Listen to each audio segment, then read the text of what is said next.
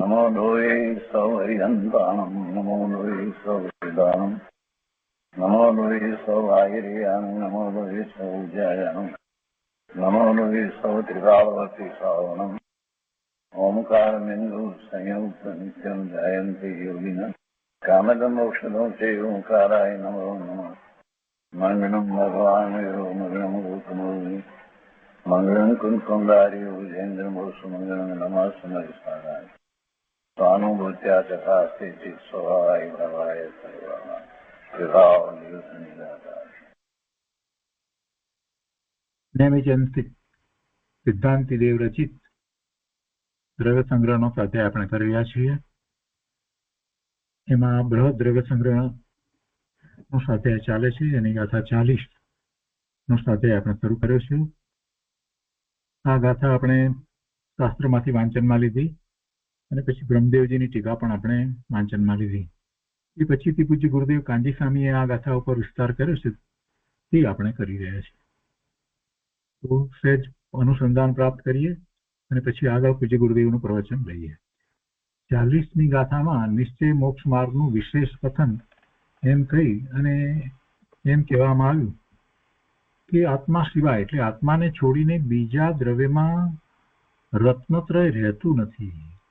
સમ્યક દર્શન, સમ્યક જ્ઞાન, સમ્યક ચારિત્ર એ રત્નત્રય એ પરિણામ આત્મા સિવાય બીજે ક્યાં છે?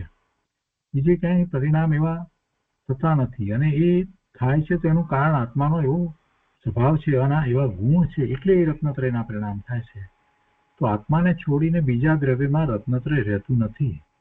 તે કારણથી તે 3 રત્નની એકતા વાળો આત્મા ખરેખર મોક્ષનું કારણ છે. એટલે ભગવાન આત્મા મોક્ષનું કારણ છે. પૂજ્ય બ્રહ્મદેવજીએ પણ એ વાતને સારી રીતે સ્પષ્ટ કરી અને સમજાવ્યું. એમણે એમ સાથે વાત કરી વિસ્તારમાં કે રાગાદી વિકલ્પ ઉપાધિ રહિત ચિત્ત ચમત્કારની ભાવનાથી ઉત્પન્ન મધુર રસના આસ્વાદરૂપ સુખ હું છું એવી નિશ્ચય રૂચિ રૂપ સમ્યક દર્શન છે. અને તે જ સુખને સમસ્ત વિભાવોથી સ્વસંવેદન જ્ઞાન વડે જુદું જાણવું, પૃથક જાણવું તે સમ્યક જ્ઞાન છે. અને પછી ચારિત્રને વિશે કહે છે કે તેવી જ રીતે દ્રષ્ટ, શ્રુત, અનુભૂત ભોગોની આકાંક્ષા વગેરે સમસ્ત ખોટા ધ્યાનરૂપ મનોરથથી ઉત્પન્ન સંકલ્પ વિકલ્પની જાળના ત્યાગ વડે તે જ સુખમાં લીન, સંતુષ્ટ, તૃપ્ત અને એકાકાર પરમ સમરસી ભાવથી ભીંજાયેલા ચિત્તને ફરી ફરી સ્થિર કરવું તે સમ્યક ચારિત્ર છે. તો આ સમ્યક દર્શન, સમ્યક જ્ઞાન અને સમ્યક ચારિત્રની બહુ સરસ વ્યાખ્યા પૂજ્ય બ્રહ્મદેવજીએ કરી. હવે પૂજ્ય ગુરુદેવ એનો વિસ્તાર કરી રહ્યા છે તે આજે આગળ લઈએ છીએ. આપણે શરૂઆત કરી અને વ્યાખ્યાત કર્યો છે અને પછી અહીંયા બીજા પાના પર આવ્યું, પાના નંબર 97 પર બૃહદ દ્રવ્ય સંગ્રહ પ્રવચન ભાગ બીજો, પાના નંબર 97 આગળ કહે છે કે પર્યાય અને પર્યાયવાન અભેદ એક વસ્તુ છે. પર્યાય અને પર્યાયવાન અભેદ એક વસ્તુ છે. આત્માનો નિશ્ચય અને વ્યવહાર આત્મામાં હોય, બહારમાં ન હોય. આત્માના વ્યવહાર અને નિશ્ચય આત્મા સિવાય બહાર ક્યાંથી હોય? હોય જ નહીં. ત્રિકાળવર્તી શુદ્ધ ચૈતન્યની શક્તિનું પૂર એવો આત્મા ક્ષણિક પુણ્ય પાપના વિકલ્પથી પણ જુદો છે. એ રાગરૂપ મલિનતા પર્યાયમાં જીવ કરે તો થાય છે, ન કરે તો ન થાય. રાગના ભાવ પર્યાયમાં થાય. શું કોઈ પણ પ્રકારનો રાગના ભાવ જે થાય એ ક્યાં થાય? જીવને પર્યાયમાં થાય. અને એ કરે તો થાય, ન કરે તો ન થાય, કોઈ કરાવે નહીં. એટલે કે છે કે એ રાગરૂપ મલિનતા પર્યાયમાં જીવ કરે તો થાય છે, પણ તે સ્વને ચૂકી પર આલંબન રૂપ દોષ છે. એ સ્વને ચૂકીને થાય છે અને પરનું આલંબન લે છે, અને પરનું આલંબન આત્મા લે એ તો દોષ છે. અને એક સમય પૂરતો વિકાર છે. તો એવો એક સમય પૂરતો વિકાર હોવાથી ત્રિકાળ અવિકારના અવલંબનને ત્રિકાળી જે અવિકાર સ્વરૂપ છે, તો ત્રિકાળ અવિકારના અવલંબને ટળી જાય છે. અહીંયા અવલંબનને નહીં પણ અવલંબને, એનું અવલંબન લેતા એ ટળી જાય છે. માટે તે ધ્રુવ આત્માનું સ્વરૂપ નથી. એ વિકાર છે તે ધ્રુવ આત્માનું સ્વરૂપ નથી. એ ભલે સ્વભાવ હોય તો પણ એ આત્માનું સ્વરૂપ નથી. અને ત્રિકાળી શુદ્ધ સ્વભાવવાન પૂર્ણ જ્ઞાયક છું એવા અભેદ તત્વની શ્રદ્ધા જ્ઞાન સ્થિરતા કરે તે આત્મા જ નિશ્ચયથી મોક્ષનું કારણ છે. કહે છે કે આત્માનો મોક્ષ માર્ગ શુદ્ધ આત્માશ્રિત વિતરાગ ભાવ છે. મોક્ષ માર્ગ શુદ્ધ આત્મા આશ્રિત, બીજા આશ્રિત નથી. પર આશ્રિત મોક્ષ માર્ગ હોય નહીં. આત્માનો મોક્ષ માર્ગ શુદ્ધ આત્મા આશ્રિત વિતરાગ ભાવ છે. અને તે વ્યવહાર મોક્ષ માર્ગ છે તે સુભરાગ હોવાથી અચેતન છે. એટલે કે આ વિતરાગ ભાવ છે. આત્માનો મોક્ષ માર્ગ શુદ્ધ આત્મા આશ્રિત છે તે વિતરાગ ભાવ છે. અને પેલો જે શુભભાવ જે કહેવામાં આવ્યો તો એ વ્યવહાર મોક્ષ માર્ગ છે. અને એ શુભભાવ હોવાથી એ અચેતન છે. શુભભાવ વ્યવહાર મોક્ષ માર્ગ એને અચેતન કહી દીધો. થાય છે તો જીવના જ પરિણામ જીવની પર્યાયમાં થાય છે, છતાં એને અચેતન કહેવામાં આવ્યા. કેમ કે આત્માના કોઈ ગુણને અનુસરીને થતા નથી, એટલે સમયસારમાં એને અચેતન કહી દીધા. એને કર્મજનિત પણ કહી દીધા. અહીંયા આગળ કહે છે કે અન્ય દ્રવ્ય છે તેથી તેમાં મોક્ષ માર્ગ નથી. શું અન્ય દ્રવ્ય છે? આ શુભરાગ જે છે તે એને અન્ય દ્રવ્ય પણ કહી દીધું. તેથી તેમાં મોક્ષ માર્ગ નથી. વ્યવહાર મોક્ષ માર્ગ એને કહેવામાં આવ્યો. એટલે પરને લક્ષ્ય થતા પરિણામ જે છે એ પોતાની પર્યાયમાં થાય, છતાં પણ પરનું લક્ષ્ય છે પોતાના ગુણને અનુસરીને નથી. એ ક્ષણિક છે, એને કોઈ બીજો આધાર નથી. મૂળ વાત તો એ છે આત્માનો એને આધાર ક્યાં છે? આત્માના ગુણને અનુસરીને ક્યાં થાય છે? એ તો આમનામ થયા છે. એ સમયની એવી યોગ્યતા છે, પરનું લક્ષ્ય કર્યું છે એટલે. તો એ ક્યાંથી મોક્ષ માર્ગ હોય? એ મોક્ષ માર્ગ હોઈ શકે નહીં. શાશ્વત વસ્તુ જે છે એનું લક્ષ્ય કરે અને જે પરિણામ થાય, નિર્મળ પરિણામ થાય, એ જ મોક્ષ માર્ગ હોય. અને જો આ રીતે શુભભાવને મોક્ષ માર્ગ કહેવામાં આવે તો દરેક જીવના શુભભાવ જુદા જુદા પ્રકારે શુભભાવ થાય, એ બધો મોક્ષ માર્ગ થઈ જાય. તો શું મોક્ષ માર્ગ બધાનો જુદો જુદો હોય? શાંતિથી વિચાર કરીએ તો પણ આપણને સમજાય છે કે ના, એમ તો હોય નહીં. અને એ પણ એ સમયે એવી યોગ્યતા છે અને એટલે થાય છે. પછી એ શુભભાવ એક સરખા ક્યાં થાય છે? શુભભાવ એક સરખો તો થતો નથી. જ્યારે આત્માના પરિણામ જે નિર્મળ પરિણામ, રત્નત્રયના પરિણામ જે છે, તો પછી એક સરખા જ થાય છે. વધતા જાય છે, પણ ડેપ્થ વધતી જાય છે. બધી વાત બરાબર, પણ થાય છે તો છેવટે એવા જ પરિણામ, એક સરખા પરિણામ થાય છે, સતત થાય છે. પછી તો એ પરિણામમાં જ રહે છે, પણ પરિણામ એક સરખા થાય છે. અને એવું જ સ્વરૂપ છે, સ્વરૂપને અનુસરીને પરિણામ થાય છે. એટલે એ જ મોક્ષ માર્ગ હોય. અને એ મોક્ષ માર્ગ પોતાના સ્વરૂપને વિશેષ છે. એટલે જીવ પોતે શુદ્ધ સ્વરૂપ જે છે એ જ જીવનું શુદ્ધ સ્વરૂપ જે છે એ જ મોક્ષનું કારણ છે. આગળ અહીંયા કહે છે કે નિયમ સારમાં 9 તત્વની શ્રદ્ધા વગેરેના શુભરાગને વ્યવહારને અન્ય દ્રવ્ય કહેલ છે. અહીંયા ગુરુદેવે કહ્યું ને કે અન્ય દ્રવ્ય છે, તો આ નિયમસારની વાત છે. એમાં નિયમસારમાં પૂજાચાર્ય ભગવાને એ રીતે કહ્યું છે 9 તત્વની શ્રદ્ધા વગેરેના શુભ રાગને વ્યવહારને અન્ય દ્રવ્ય કહેલ છે. જે કાંઈ રાગ ઉપજે તે પરાશ્રિત છે. 9 તત્વની શ્રદ્ધા વગેરે જે શુભરાગ, એ શુભરાગ જે છે એ પર આશ્રિત છે. તેથી રાગ પરના સંબંધ વાળો હોવાથી, રાગ છે એ પરના સંબંધ વાળો છે, બીજાના સંબંધ વાળો છે. પરના સંબંધ વાળો હોવાથી પરદ્રવ્ય છે. પરદ્રવ્ય એટલા માટે કહ્યું, સંબંધ કોની સાથે છે? શુભભાવ જે છે તો એની સાથે એનો સંબંધ છે. જે તરફ લક્ષ કરીને શુભભાવ થયો છે તો એની સાથે એનો સંબંધ છે, એટલે પરદ્રવ્ય સાથેનો એનો સંબંધ છે. એટલે એ રાગ પરના સંબંધ વાળો હોવાથી એને પરદ્રવ્ય કહી દીધું, એને પર આશ્રિત કહી દીધું. આગળ કહે છે કે અનંતવાર ધર્મના નામે ઊંચામાં ઊંચા શુભ ભાવ કર્યા છે. મણિરત્નના દીવાથી અને કલ્પ વૃક્ષના ફૂલથી સાક્ષાત તીર્થંકર દેવની પૂજા કરી, છતાં તે પુણ્ય છે, ધર્મ નથી. એ બધા શુભભાવ જે થયા એને કારણે પુણ્યનો બંધ પડ્યો, પણ એને કારણે નિર્જરા થઈ નહીં, શુદ્ધિની વૃદ્ધિ થઈ નહીં. હજી શુદ્ધિની વૃદ્ધિની બાબતમાં લોકો મતિ કલ્પના એમ માને છે કે આમ કરવાથી શુદ્ધિની વૃદ્ધિ થાય, તેમ કરવાથી શુદ્ધિની વૃદ્ધિ થાય.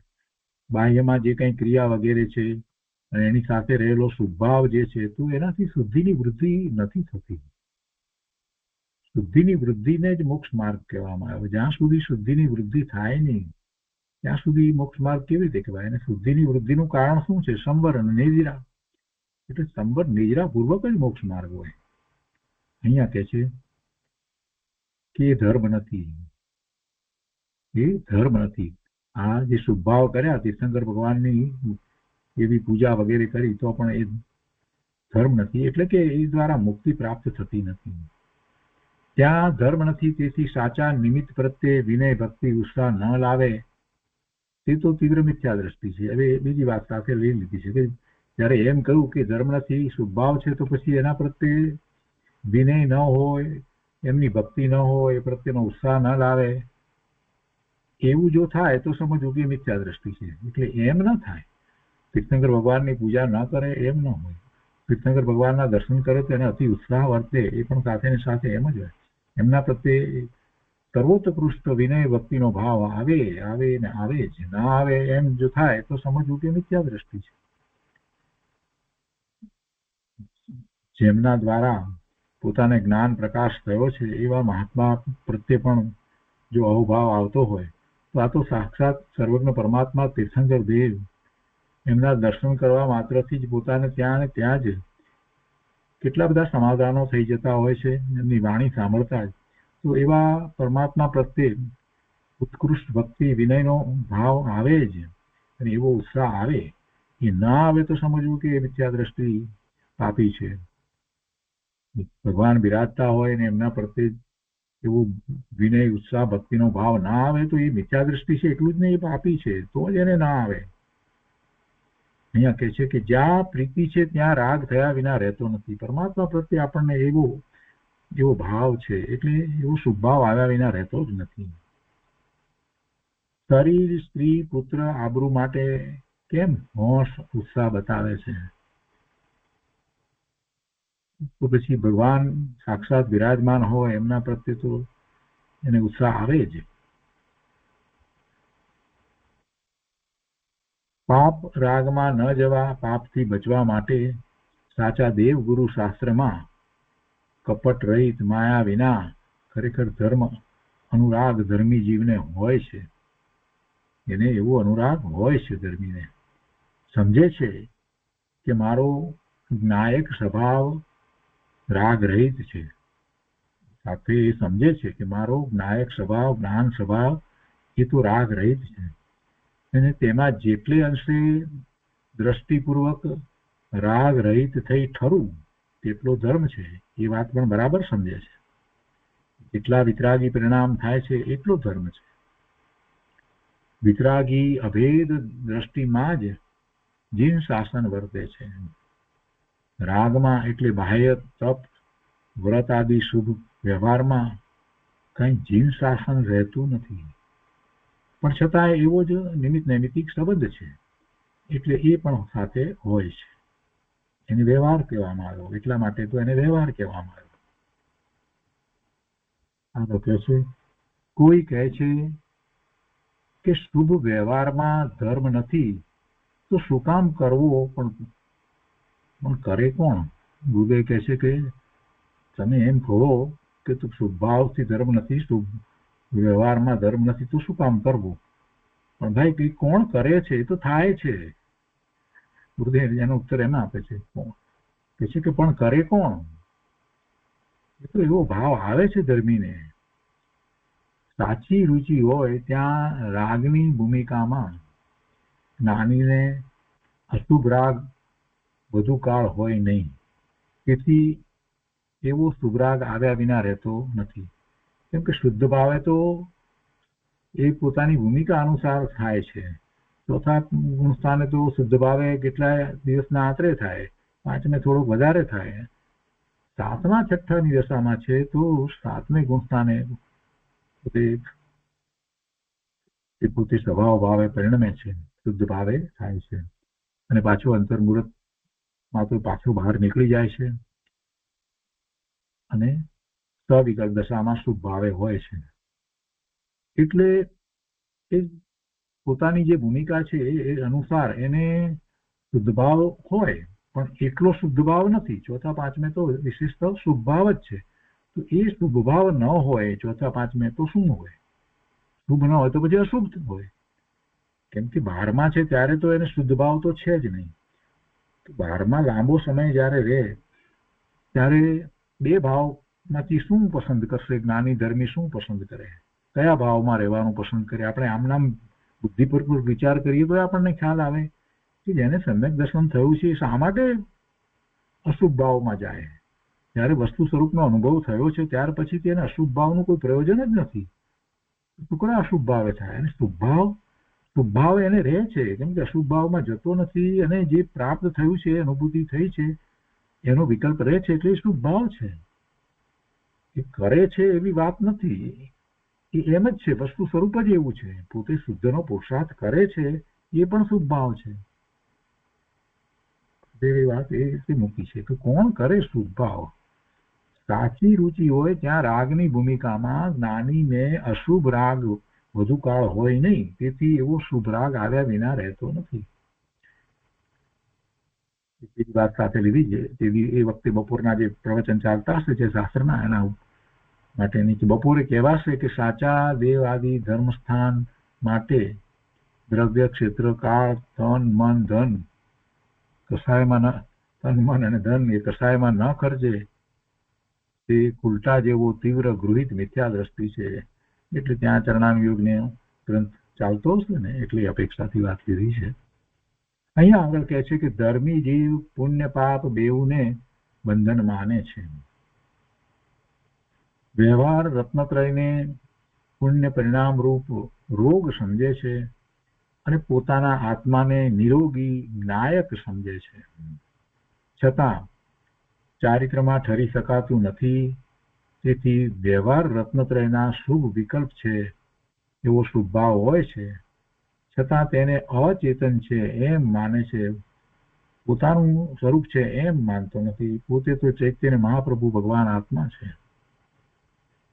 જો શુદ્ધ આત્મા આશ્રિત શુભ અને વ્યવહાર વિકલ્પ હોય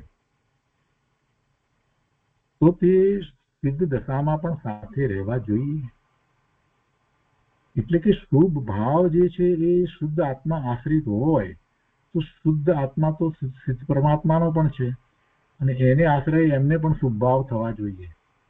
તો બીજી રીતે વિચાર કરીએ તો આપણને ખ્યાલ આવે છે કે શુભ ભાવ છે એ શુદ્ધ આત્માને આશ્રય નથી. શુદ્ધ આત્મા આશ્રિત શુભ અને વ્યવહાર વિકલ્પ એ વિકલ્પ હોય એ શુદ્ધ આત્મા આશ્રિત હોય, એમ શુદ્ધ આત્માને આશ્રય જો થતા હોય તો પછી સિદ્ધ દશામાં પણ સાથે રહેવા જોઈએ. પણ એવું તો થતું નથી. એટલે એનો અર્થ જ એ છે કે એ જે શુભભાવ વ્યવહાર આ બધું જે છે એ શુદ્ધ આત્મા આશ્રિત નથી, શુદ્ધ આત્માના લક્ષ્ય થતું નથી, પરંતુ એ પર આશ્રિત છે. ચૈતન્યના અભેદ આલંબનમાં રાગ આદિ વિકલ્પ રહેતા નથી, પરંતુ ટળે છે. ચૈતન્યના અભેદ આલંબનમાં કોઈ પણ રાગ શુભાવ વિકલ્પ રહેતા નથી, પરંતુ એ ટળે છે. તેથી એ બધા જે છે એને અચેતન કહેવામાં આવ્યા, કેમ કે ચૈતન્યના અભેદ આલંબનમાં નથી, ઉલટા એ ટળી જાય છે. એનો અર્થ જ એ છે કે ચૈતન્યની જાતથી જુદા છે, એટલે એને અચેતન કહેવામાં આવ્યા. અચેતન છે પણ આત્મા નથી. જો છે તો પોતાની પર્યાયમાં, છતાં પણ આ રીતે એને અચેતન કહેવામાં આવ્યા.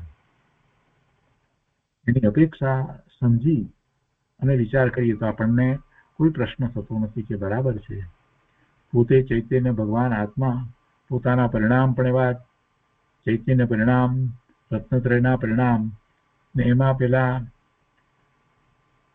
સોનાની થાળીમાં લોઢાની મેખ જેવા શુભ ભાવ એ પોસાય?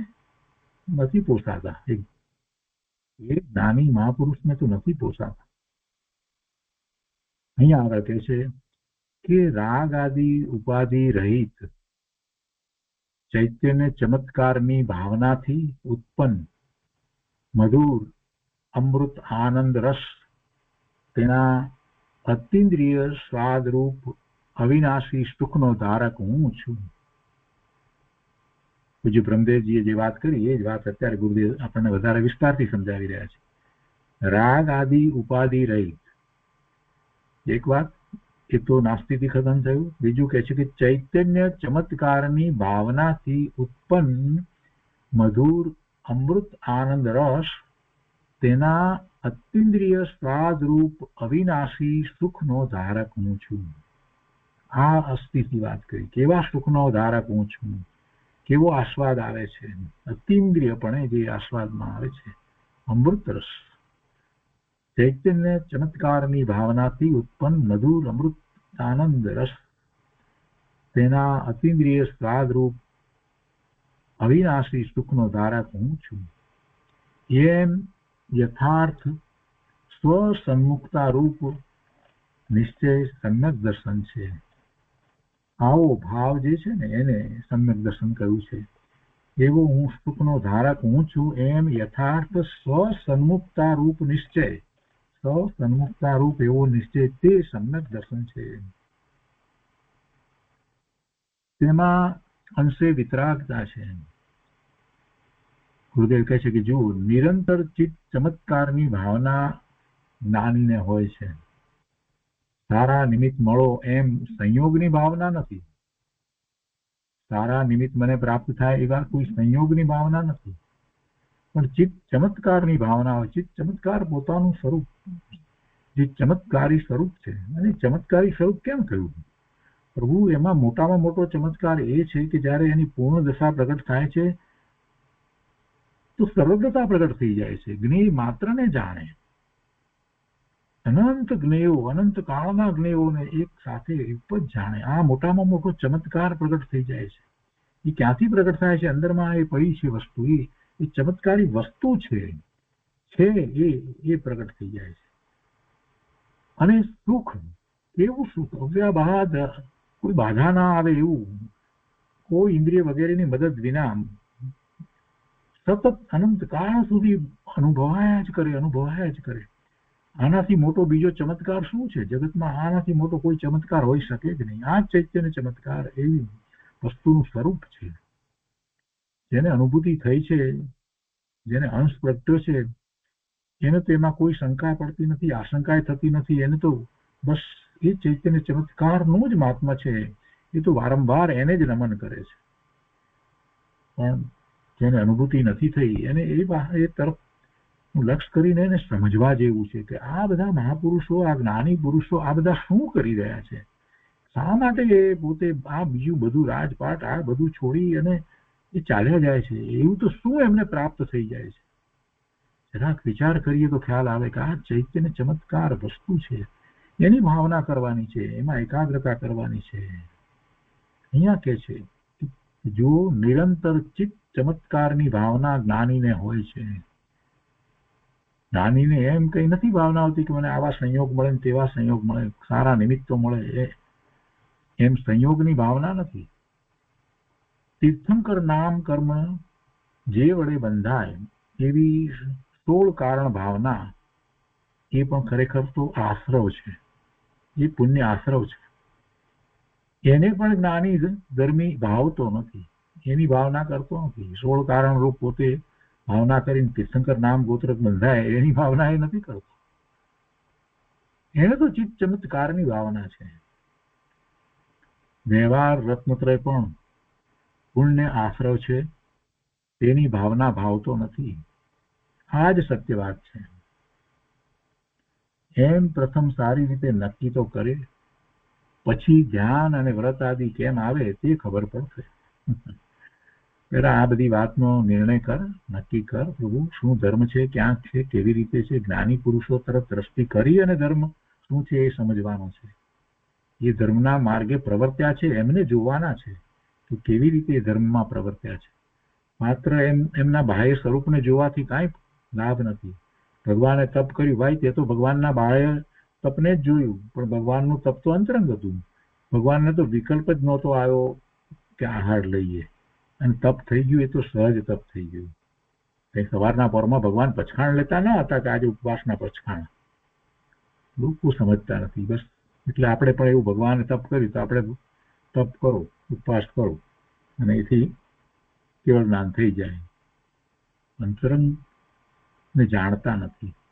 પ્રભુ પોતાના સ્વરૂપમાં એટલા બધા લીન થતા હતા કે એમને તો સવિકલ્પ દશામાં બહાર જરાક આવ્યા હોય, 7મા 6ઠા ગુણસ્થાનની દશાની અંદર સદમસ્ત અવસ્થામાં તીર્થંકર પરમાત્માનો જીવ કેવી રીતે પુરુષાર્થ કરે છે, તો એ તો પોતે પોતાના સ્વરૂપમાં અંતર્મુહૂર્તમાં તો પાછા ચાલ્યા જાય છે, અને પાછા જરાક બહાર આવે છે, પાછા અંતરમાં જાય છે. આ જ ચાલ્યા કરતું હોય. સતત આ પ્રક્રિયા એટલી બધી ચાલ્યા કરે કે એમને સવિકલ્પ દશા વખતે આહારનો વિકલ્પ ઉઠતો નથી. ને ક્યારેક વિકલ્પ ઉઠ્યો હોય તો એ તરત જ તો સમાવી લે છે. કોઈક વખત વિકલ્પ ઉઠ્યો હોય અને બહાર નીકળ્યા હોય, અને આહાર માટેનો વિકલ્પ ઉઠ્યો છે, બહાર નીકળ્યા છે, કોઈ આમ એવી રીતે નવદા ભક્તિપૂર્વક એમને આહાર દાન આપે તો લે છે, નહીતર લેતા નથી. અને કોઈ એવું આમંત્રણ ન હોય એ દિવસે તો પાછા ચાલે જાય છે, વૃત્તિને સમાવી લે છે. એ વાત તો એમને યાદ નથી રહેતી. એવી એ મહાપુરુષની દશા હોય છે. અને કેટલાય દિવસો સુધી તો એમને આહારનો વિકલ્પ જ ઉઠતો નથી. ઘણી વાર એવું જ થતું હોય છે.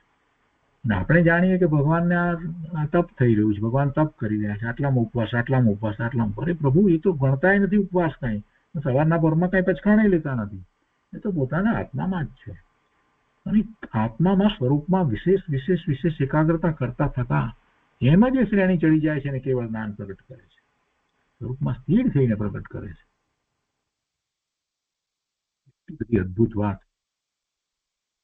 અહીંયા કોઈને એમ થાય કે આપણને સમ્યક દર્શન થાય તો આપણે બસ 16 કારણ ભાવના જે છે ને ભાવીએ. અરે ભાઈ, ગુરુદેવ કહે છે કે એવી ભાવના ભાવવાનો તને વિકલ્પ નહીં ઉઠે. જ્યારે તને સમ્યક દર્શન થશે ત્યારે એવો વિકલ્પ નહીં ઉઠે. કેમ કે જ્ઞાની પુરુષને કોઈને એવો વિકલ્પ ઉઠતો નથી. તીર્થંકર નામ કર્મ જે વડે બંધાય એવી 16 કારણ ભાવના જે છે તે આશ્રવ છે. અને એ સમ્યક દર્શન થયા પછીથી કઈ એમ એની ભાવના ભાવતો નથી, પણ એ સહજ થાય છે, સહજ હોય છે. 16 કારણ જે દર્શાવ્યા, અને એમાં મુખ્ય કારણ તો બધા જીવો પૂર્ણ દશાને પ્રાપ્ત કરે એવું અંદરમાં ખૂબ ચાલતું હોય, એ મુખ્ય કારણ. અને એમ તીર્થંકર નામ ગોત્ર બંધાય છે. અહીંયા કહે છે કે વ્યવહાર રત્નત્રય પણ પુણ્ય આશ્રવ છે, અને તેની ભાવના ભાવતો નથી. આ જ સત્ય વાત છે. તો એમ પ્રથમ સારી રીતે નક્કી તો કરે, પછી ધ્યાન અને વ્રત આદિ કેમ આવે તે ખબર પડશે. કોઈ કહે આવું સમજ્યા પછી તો વ્રત તપ કરવાનું આવશે ને, એટલે કે સમજ્યા પછી તો બસ એ જ આવશે ને, વ્રત તપ કરવાનું જ આવશે ને. પણ એ આશ્રવ તત્વ તો બંધનું કારણ છે. શું વ્રત તપ કરવાનું જે છે એ વિકલ્પ છે, શુભભાવ છે તો આશ્રવ છે, આશ્રવ છે તો બંધ છે. એટલે ગુરુદેવ કહે છે કે પણ એ આશ્રવ તત્વ તો બંધનું કારણ છે. એની ભાવના કેમ આગળ કરી? એની ભાવનાને તમે કેમ આગળ કરી? પહેલા એને કેમ વિચાર કર્યો? એનો વિચાર કેમ કર્યો? મૂળ વાતને સમજવાને બદલે અને સમજાઈ ગયું બસ સ્વવિકલ્પ દશામાં, એટલે તમે પહેલા આ જ વાત આગળ કરી, વ્રત તપની જ વાત આગળ કરી દીધી. એ તો પુણ્ય આશ્રવ છે. જે પુણ્ય આશ્રવ યાદ કર્યા કરે છે તેને હજી રાગની ભાવના છે, એને શું શુભરાગમાં જ છે. અને એવા શુભરાગનું ફળ, એવા વ્યવહારનું ફળ તો સંસાર છે, તેમ એ માનતો નથી, એટલે એની ભાવના કર્યા કરે છે. અને એ એમ માનતો નથી, તેને પુણ્યની રુચિમાંથી ખસવું નથી, એમાં જ રહેવું છે. ગુરુદેવ કહે છે કે પ્રથમ પૂર્વાપર વિરોધ રહિત સત્ય નક્કી કરવા સાચી સમજણનો અભ્યાસ જોઈએ.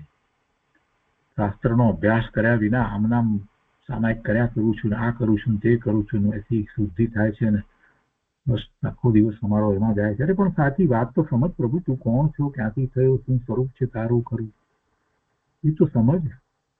ગુરુદેવ કહે છે કે સાચી સમજણનો અભ્યાસ જોઈએ. એમને એમ ચાલ્યા જઈએ એમ કેમ બને? સ્વદ્રવ્ય અને એમાં સ્વદ્રવ્ય ને સમજવાનું છે વિશેષતાથી. નિશ્ચય ને વ્યવહારથી વસ્તુ સ્વરૂપને બરાબર સમજવાનું છે.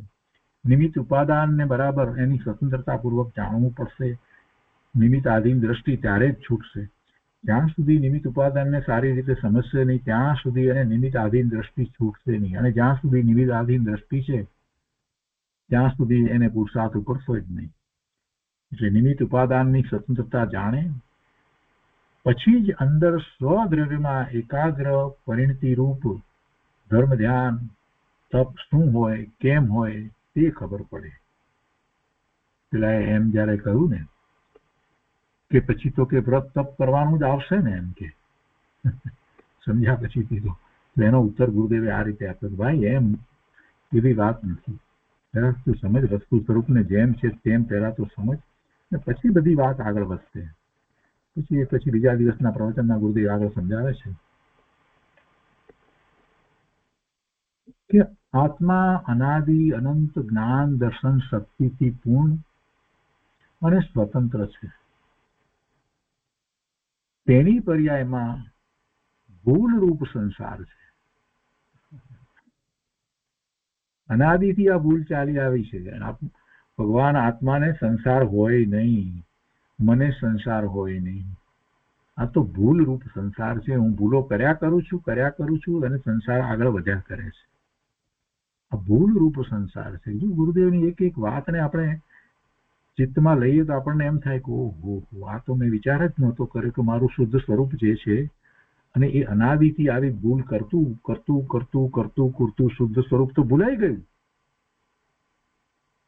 અનાદિથી આ ભૂલ ચાલી આવે છે અને ભૂલ તો એટલી બધી ઘેરી થઈ ગઈ છે અને એ તો જે ભૂલ કરવી એ તો એટલું બધું સહજ થઈ ગયું છે આ જીવને કે સાચું શું છે એ સમજવાનો પ્રયત્ન નથી કરતો. પોતે કોણ ભગવાન આત્મા છે એનો વિચાર નથી કરતો. આ ભૂલ, મોટી ભૂલ ચાલી આવે છે અને ભૂલને પાછી એ લંબાવ્યા કરે છે, ફરી અને એ રિપીટ કર્યા કરે છે, ભૂલને જ રિપીટ કરે છે. શું કે છે તેની પર્યાયમાં ભૂલરૂપ સંસાર છે તથા શુદ્ધિરૂપ મોક્ષનો માર્ગ એ પણ આત્મામાં છે. તથા શુદ્ધિરૂપ મોક્ષનો માર્ગ જે છે એ આત્મામાં છે, પર્યાયમાં નથી, પણ એ માર્ગ આત્મામાં છે. પછી એ આત્માનું લક્ષ્ય કરતા એ પ્રગટ થાય છે ત્યારે એ પર્યાય રૂપ છે. મૂળ તો અંદરમાં વસ્તુ એવી પડી છે. ત્રણેય કાળ ટકીને પોતાના કારણે અવસ્થા બદલે એવા સ્વતંત્ર 6 દ્રવ્યો સર્વજ્ઞ ભગવાને કયા છે. એવા 6 દ્રવ્ય છે તેનું અસ્તિત્વ છે અને એ અસ્તિત્વ એના પોતાથી છે તે સ્વથી છે, પરથી નથી. કોઈ દ્રવ્ય બીજા દ્રવ્યથી નથી. એનું અસ્તિત્વ એના પોતાથી છે, પરથી નથી. સંસાર જીવની વાત કરીએ તો સંસાર એટલે રાગ દ્વેષ મોહ રૂપ વિકાર, એને સંસાર કહેવામાં આવ્યો છે. આ બધા દ્રવ્યો છે એને સંસાર નથી કહેવાયો. સંસાર શું છે? જીવના રાગ દ્વેષ મોહ રૂપ વિકાર, એ સંસાર તે આત્માની અવસ્થામાં હોય. આત્મા વસ્તુ જે ત્રિકાળ ધ્રુવ જે છે એમાં ન હોય, વસ્તુમાં નથી, એ પર્યાયમાં અવસ્થામાં હોય. અનાદિથી એવું ચાલ્યું આવે છે. આત્માથી બહાર ન હોય, એટલે કે બીજે બહાર ક્યાંય સંસાર, આ બધી વસ્તુ ચીજ વસ્તુ જે આપણે જોઈએ છે એ સંસાર નથી કહેવાતો, એમ કેવું છે. સ્ત્રી, ધન, મકાન, શરીર ના સંસાર નથી, પણ પોતાને ભૂલી જવું અને દેહ આદિમાં, પુણ્ય આદિમાં મમતા થવી તથા શુભ અશુભ ઈચ્છા, તે સંસાર ભાવ છે. અને તે ઊંધા પુરુષાર્થથી જીવ પોતે કર્યા કરે છે, એટલે એને સંસાર છે. આગળ કહે છે કે આત્મા નિત્ય પરિણામી પદાર્થ છે. નિત્ય છે અને એનું પરિણમન સતત થાય છે, એટલે નિત્ય પરિણામી પદાર્થ છે. જે જીવ સ્વચૈતન્યને ચૂકી જેટલો પરના અવલંબનમાં રોકાય છે, તે પર તરફનું વલણ, પુણ્ય પાપ, દયા દાન, વ્રત અવ્રત આદિના ભાવ, તે બધો વિકાર છે. તે ક્ષણિક એક એક સમય પૂરતો નવો નવો અશુદ્ધ ભાવ છે. નવો નવો થાય છે, એક સરખો પણ થતો નથી. નવો નવો થયા કરે છે. તે ભાવ ત્રિકાળીમાં નથી. એ ત્રિકાળી આત્મદ્રવ્ય નથી. એ ક્ષણિક છે અને એ અવસ્થામાં છે. પણ આત્માના સહજ આનંદ, જ્ઞાન આનંદ વગેરે ગુણની ઉલટી દશા છે. બીજી રીતે કહીએ તો પોતાના ગુણ પ્રમાણેની જે દશા થવી જોઈએ, દશા કરતા ઉલટી દશા છે. ગુણ તો અંદરમાં તો એનું ભવન કોઈ વિપરીત રીતે થાય એવી તો કોઈ વાત હોતી જ નથી. એટલે ગુણનું ભવન ઉલટું થઈ રહ્યું છે એવો કેટલાક અર્થ કરે છે, એ વાત બરાબર નથી. ગુણનું ભવન ઉલટું થાય જ નહીં. પણ પ્રગટની વાત લઈએ તો જેવું ગુણને અનુસરીને જે ભવન થવું જોઈએ એના કરતા ઉલટા પ્રકારનું ભવન થઈ રહ્યું છે. આત્મામાં આનંદ ગુણ છે, શાંતિનો ગુણ છે, નિર્મળતા, સ્વચ્છતા, ભવ્યતા, પ્રભુતા, જ્ઞાન, દર્શન, આ બધા ગુણ જે છે, તો એ ગુણનું અંદરમાં જે ભવન ચાલી રહ્યું છે એને અનુસરીને બધું પ્રગટ પર્યાયમાં ભવન થવું જોઈએ, તો એવું નથી થતું. એનાથી વિરુદ્ધ થાય છે. સુખને બદલે દુઃખનો અનુભવ થાય છે. જે શ્રદ્ધા જેવી જે રીતે હોવી જોઈએ એને બદલે વિપરીત શ્રદ્ધા રૂપે પરિણમન થાય છે. એટલે એ ઉલટી દશા છે. એ દશા છે તે ઉલટી છે. ગુણ કાંઈ ઉલટો નથી થયો. પરમા સુખ દુઃખ રાગ દ્વેષ તે સંસારનું ધ્યાન છે. સંસારમાં એકાગ્રતા, ધ્યાન કહું કે એકાગ્રતા કહું. પરમાં સુખ દુઃખ રાગ દ્વેષ તે સંસારનું ધ્યાન છે. વિકલ્પોની ઉપાધિથી રહિત હું નિત્ય જ્ઞાન આનંદ આત્મા છું એવી અભેદ ભાવનાથી ઉત્પન્ન અતિન્દ્રિય અમૃત આનંદના સ્વાદરૂપ અવિનાશી સુખથી ભરેલો સુખરૂપ હું છું એમ સન્મુખ થઈને જે શ્રદ્ધાની દશા પ્રગટે તે સમ્યક દર્શન છે. આ સમ્યક દર્શનની વાત તો આગળના દિવસના પ્રવચનમાં પણ ગુરુદેવે લીધી. પૂજ્ય બ્રહ્મદેવજીએ સમ્યક દર્શન, સમ્યક જ્ઞાન અને સમ્યક ચારિત્રની જે વ્યાખ્યાઓ કરી છે એમાંની આ પહેલી વ્યાખ્યા સમ્યક દર્શન કોને કહેવાય એ વાત લીધી. તો સન્મુખ થઈ અને જયારે હું સુખરૂપ છું એવા શ્રદ્ધા સહિત વર્તે છે, તો એવી જે દશા થાય છે, એવી દશા પ્રગટે છે, તે સમ્યક દર્શન છે. તો વચમાં હજી સમ્યક જ્ઞાનની વાત કરે એ પહેલા વચમાં કોઈએ પ્રશ્ન કર્યો કે રાગાદી ઉપાધિ કેમ ઘટે? પ્રશ્ન કર્યો. સારી વાત છે. એને એમ થયું કે આ રાગાદી ઉપાધિ રહિત સમ્યક દર્શનની વાત કરવામાં આવી છે, તો કહ્યું ને વિકલ્પોથી ઉપાધિથી રહિત, હું રાગાદી ઉપાધિથી રહિત જયારે કહું છું તો પહેલા તો રાગાદીની ઉપાધિ ઘટે કેમ? તો પહેલા સમ્યક દર્શન થશે ને. એટલે પેલો પ્રશ્ન બરાબર કર્યો છે. ગુરુદેવ એનો ઉત્તર આપે છે, શાંતિથી સમજાવે છે. પ્રથમ ઊંધી માન્યતા છોડી સંયોગ અને વિકાર રહિત ત્રિકાળી નિર્વિકાર નાયક માત્રોનું અપૂર્વ ભાન કરે કે આવી વસ્તુ છે એવું ભાન કરે. આ ભાન કરતો નથી. આ જીવ પોતાને ભૂલી ગયો છે. પહેલા તો એવું ભાન કરે કે હું કેવો છું, કોણ છું. સંયોગ જુદો છે. ઊંધી માન્યતાઓ જે કરી છે, ઊંધી એટલે કઈ રીતે ઊંધી, કેવી રીતે નક્કી કરશું? તો કે ભગવાનના જ્ઞાનમાં જેવું વસ્તુ સ્વરૂપ પ્રકાશ્યું છે એના કરતા જે ઊંધી માન્યતા કરી છે એ બધી છોડી દેવી. બીજા અન્ય મત પ્રમાણે જે માન્યતાઓ કરી છે એ બધી છોડી દેવી. ઈશ્વરની ઈચ્છા વિના પાંદડું પણ હલે નહીં, ભગવાન બધું કરે છે, આ માન્યતા એ જીનવાણીમાં નથી. દિનેશ્વર ભગવાનની વાણીમાં એવી વાત આવી નથી. એ બધી માન્યતાઓ છોડી દેવી. ભગવાન ઈશ્વર છે, તે ન્યાય કરે, પુણ્ય પાપ પ્રમાણે બધું ફળ આપે, આવી વાત જીનવાણીમાં આવી નથી. એ બધી માન્યતાઓ વિપરીત માન્યતાઓના ઢગલા છે. એ બધી પહેલા તો એ બધી ઊંધી માન્યતાઓને છોડી દેવી. અને બીજી વાત સાથે ને સાથે સંયોગ અને વિકાર રહિત ત્રિકાળી નિર્વિકાર નાયક માત્ર, સંયોગ પણ જેને નથી, જે સંયોગી પદાર્થ નથી. સંયોગનો વિચાર કરીએ એટલે આત્મા છે તે સંયોગી પદાર્થ નથી, એ તો સ્વભાવે કરીને છે, જે છે તે છે જ. સંયોગને કારણે આત્મા ઉત્પન્ન થયો છે, સંયોગી પદાર્થ નથી. એ તો અનાદિ અનંત છે. બીજા મતની અંદર, અન્ય મતની અંદર આત્માને સંયોગી કહી દીધો. ભગવાન કોઈ ઈશ્વર એને વિચાર આવ્યો એટલે એને આ દુનિયાની રચના કરી, એમાં આ જીવ પણ બનાવ્યો. એ બધો સંયોગ. અરે એવી વસ્તુ જ નથી. સંયોગી પદાર્થ નથી. અને સંયોગો જે બહારમાં પદાર્થોના જે સંયોગો છે એનાથી પણ જુદો ભિન્ન છે. એટલે સંયોગ અને વિકાર રહિત, અને છતાં એ બધાથી રહિત પાછો કેવો? ત્રણેય કાળ એવો જ રહે છે. ત્રિકાળી નિર્વિકાર, વિકાર વિનાનો, જ્ઞાન સ્વાભાવિક, નાયક માત્ર છે. એવું પહેલા ભાન કર્યું નથી એટલે એ અપૂર્વ ભાન કહેવાય. એવું અપૂર્વ ભાન કરે તો સ્વ આશ્રય એકાગ્રતાથી જ વિકાર ઘટે. પેલા ભાઈએ પૂછ્યું ને કે રાગાદી ઉપાધિ કેમ ટળે, વિકાર કેમ ઘટે, તો આ ઘટવાનો રસ્તો બતાવે. પર આશ્રય દ્રષ્ટિથી રાગ ઉત્પન્ન થાય છે, તેનો નાશ સ્વ આશ્રય દ્રષ્ટિથી થાય છે. પર આશ્રય દ્રષ્ટિથી રાગ ઉત્પન્ન થાય છે અને એનો નાશ સ્વ આશ્રય દ્રષ્ટિથી થાય છે. કેટલું સહેલું. રાગ રહિત થવું છે, ઉપાધિ રહિત થવું છે, તો ઉપાય શું? સ્વ આશ્રય દ્રષ્ટિ કરવી. સ્વદ્રવ્યના આલંબનથી રાગ આદિ ઉપાધિ ઉત્પન્ન થતી નથી. સ્વદ્રવ્યના આલંબનથી, સ્વના આલંબનથી રાગ આદિ ઉપાધિ ઉત્પન્ન થતી નથી.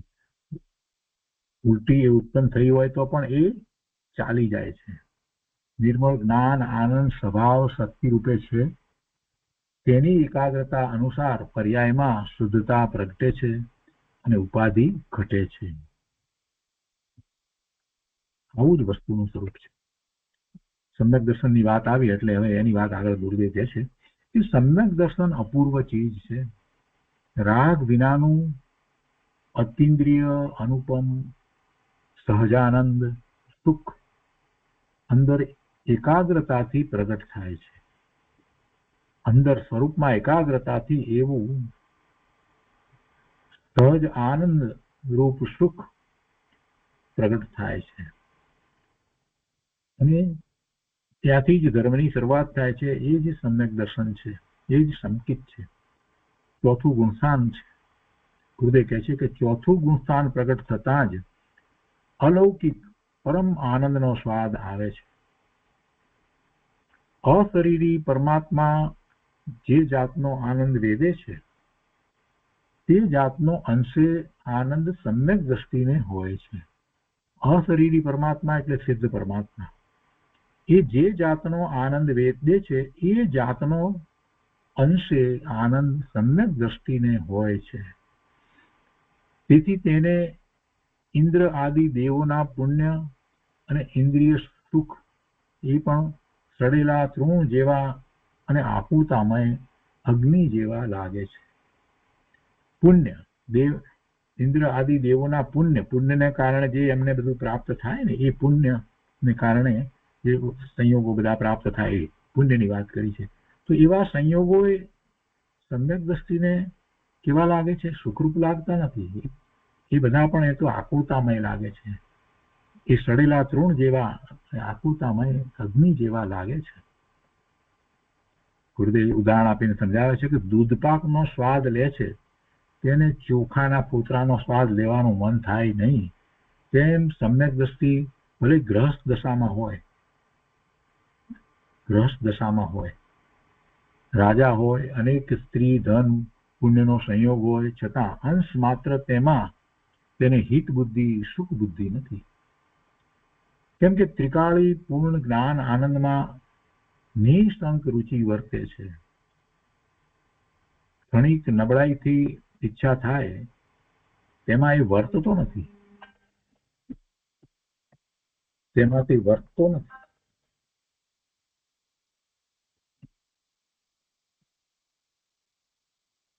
આ વાત કરી એટલે પૂજ્ય ગુરુદેવની સામે પ્રશ્ન કરવા વાળા તો હોય ને એટલે કરે છે કે આવી વાત કેમ રૂચતી નથી. ક્ષણિક નબળાઈથી ઈચ્છા થાય તેમ તો એમાં એ વર્તો નથી, એનો સ્વામી થતો નથી. આ બધી વાત પણ ગુરુદેવે વારંવાર ઘણી વાર કરી છે. અને અહીંયા સાંભળનારે કે છે કે આવી વાત તો કેમ રૂચતી નથી, આ વાત કેમ રૂચતી નથી. એટલે કે એ વાત સાંભળીએ છીએ ત્યારે તો એમ સારું લાગે છે, પણ પછી કેમ એ જાણે કે ચાલી જાય છે. ત્યાંથી ઉઠીએ છીએ, ગુરુદેવના પ્રવચનમાંથી નીકળ્યા અને પછી ગુરુદેવે આટલી બધી વાત કરી હતી, એમાંની કાંઈ વાત રહી નહીં, એની રુચિ થઈ નહીં, ઘેરે જઈને એને માટે પ્રયત્ન ન કર્યો. આવું કેમ થાય છે? રુચિ તો પોતે કરવાની હોય, રુચિ કોઈ ગુરુદેવ કરાવી દેવાના છે? રુચિ કોણ કરાવે? કોઈ ગુરુ કરાવી દે ને જાતે રુચિ કરે તો થાય. બહારનું હજી એને મહાત્મા જે છે ને એ મટતું નથી. અનુકૂળતાઓમાં આ જીવ એવો ફસાઈ ગયો છે ને, અનુકૂળતાને લીધે સુખ માની રહ્યો છે ને, એટલે એને વાતમાં એ અનુકૂળતા જે છે ને એનું જ લક્ષ રહ્યા કરે છે.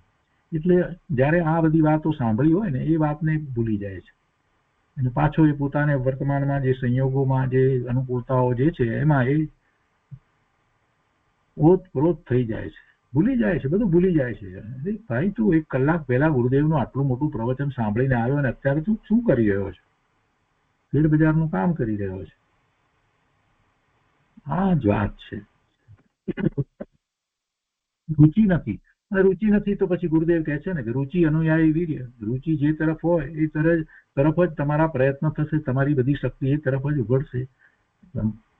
રુચિ અનુયાયી વીર્ય, ઉત્સાહ ઉમંગ બધું એ તરફ જ લાગશે, શક્તિ બધી એમાં જ ઉલસશે. અહીંયા પ્રશ્ન કર્યો આવી વાત કેમ રૂચતી નથી? ગુરુદેવ ઉત્તર આપતા કહે છે કે વિરોધ ટાળી પરિચય કરતો નથી તેથી. કેટલો સરસ જવાબ છે. વિરોધ ટાળી પરિચય કરતો નથી તેથી. પરિચય પોતે કરવાનો છે અને વિરોધ ટાળવાના છે. એને વિરોધ ટાળીને પરિચય કરવો જ નથી તો કોણ એને રુચિ કરાવે? શેનો વિરોધ? વિરોધ શેનો છે? તો કે આ જે વાત કહેવામાં આવી છે ને એનો એને વિરોધ છે.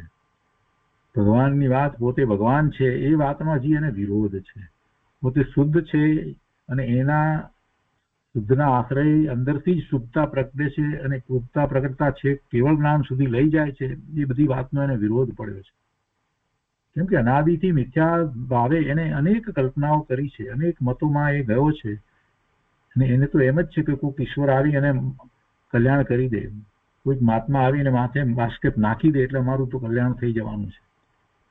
એટલે આ બંને તરફનો વિચાર કરીએ તો બધો વિરોધાભાસ છે. તો એ વિરોધાભાસ ટાળી અને જે સત્ય જે છે એનો પરિચય પહેલા તો કરવાનો છે. પોતે વિરોધમાં જ પડ્યો છે. અહીંયા આગળ કહે છે કે વિકાર, પુણ્ય, પાપ, સુખ, દુઃખ, રાગની લાગણી એ તો બધું ક્ષણિક છે. એક સમયે છે અને બીજા સમયે એ ન પણ હોય, ઓછું પણ હોય, બધે પણ ખરું હોય. એ બધું ક્ષણિક છે. બીજે સમયે ટળી જાય છે. જે ટળી જાય તે આત્માનું ખરું સ્વરૂપ ન હોય, ખરું રૂપ ન કહેવાય.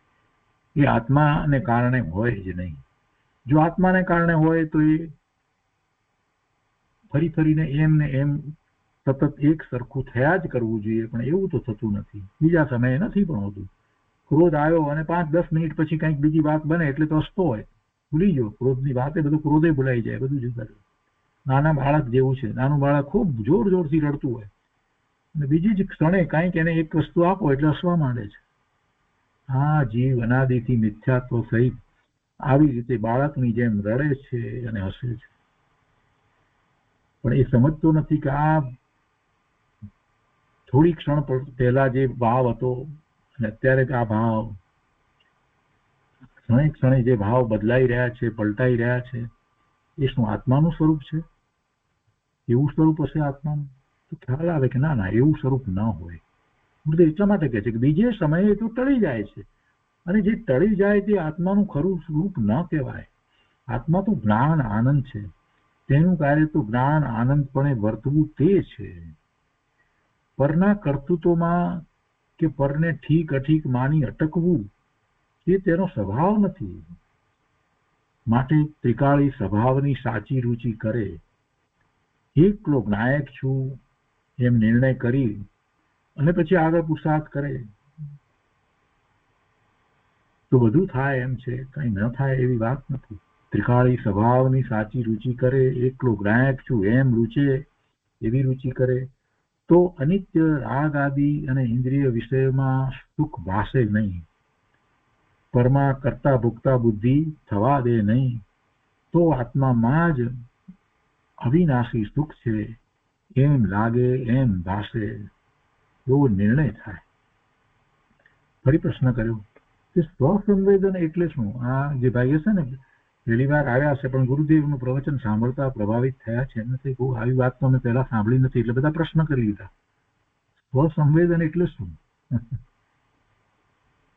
ગુરુદેવ સમજાવે છે શાંતિથી કે કુદેવ આદિની શ્રદ્ધા છોડી, કુગુરુ કુદેવ કુશાસ્ત્ર બધું એમાં જે કઈ હતું એ બધાની શ્રદ્ધા છોડી, રાગની રુચિ છોડી, પરથી જુદો જ્ઞાન આનંદ પૂર્ણ છું એમ સારી રીતે સ્વમાં અભેદ દ્રષ્ટિથી એકાગ્ર થઈ એકલો જ્ઞાન શાંતિ માત્ર છું એવો નિર્વિકલ્પ અનુભવ થાય તે સ્વસંવેદન છે.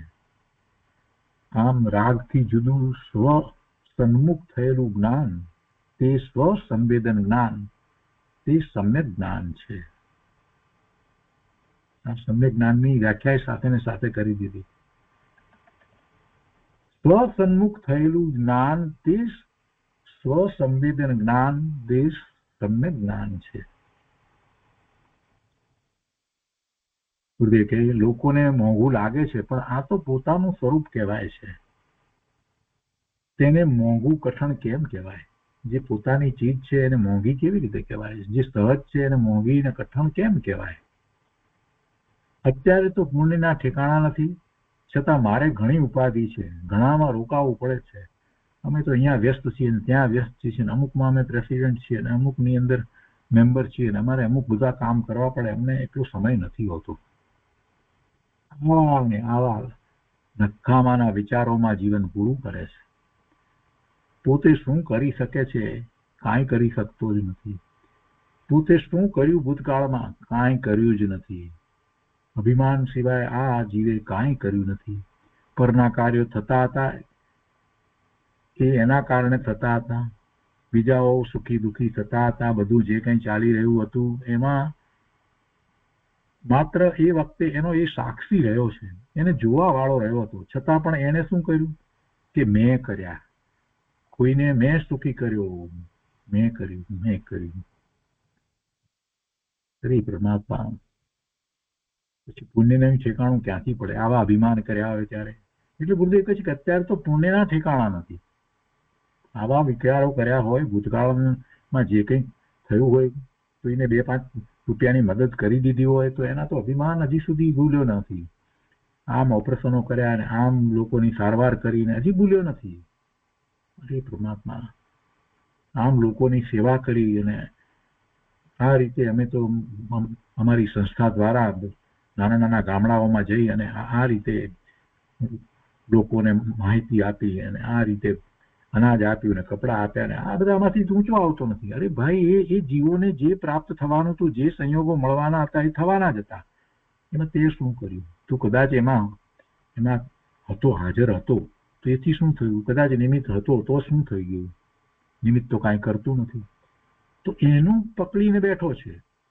એટલે જે ભાવ હતો, શુભભાવ હતો, એના કરતા વધારે તો અભિમાન છે. એટલે ગુરુદેવ કહે છે કે પુણ્યના ઠેકાણા નથી.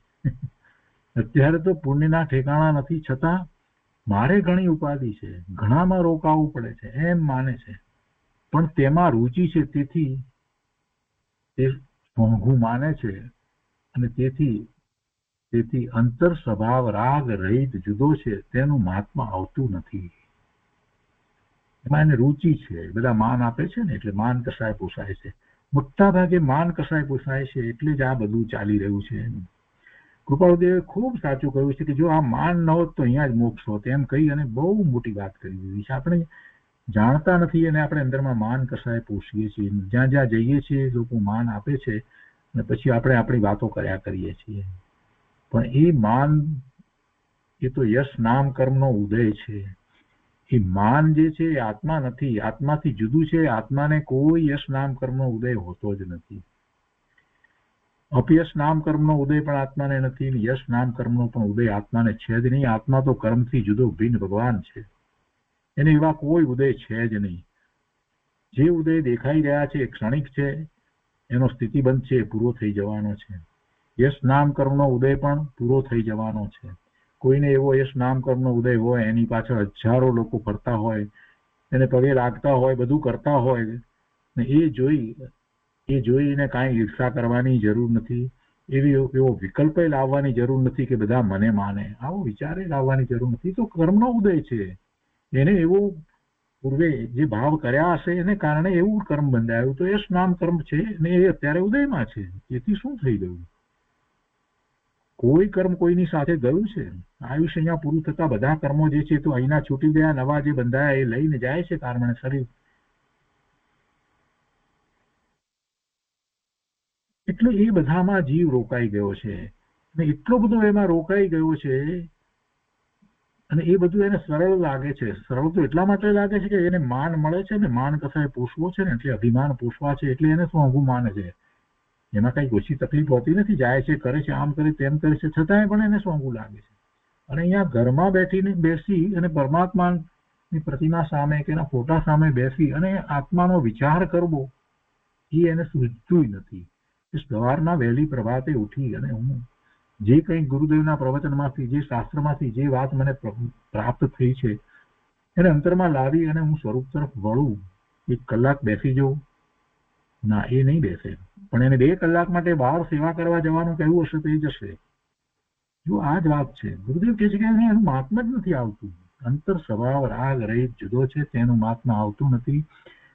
અતિન્દ્રિય સ્વરૂપનો સ્વાદ કઠણ છે એમ કહે છે.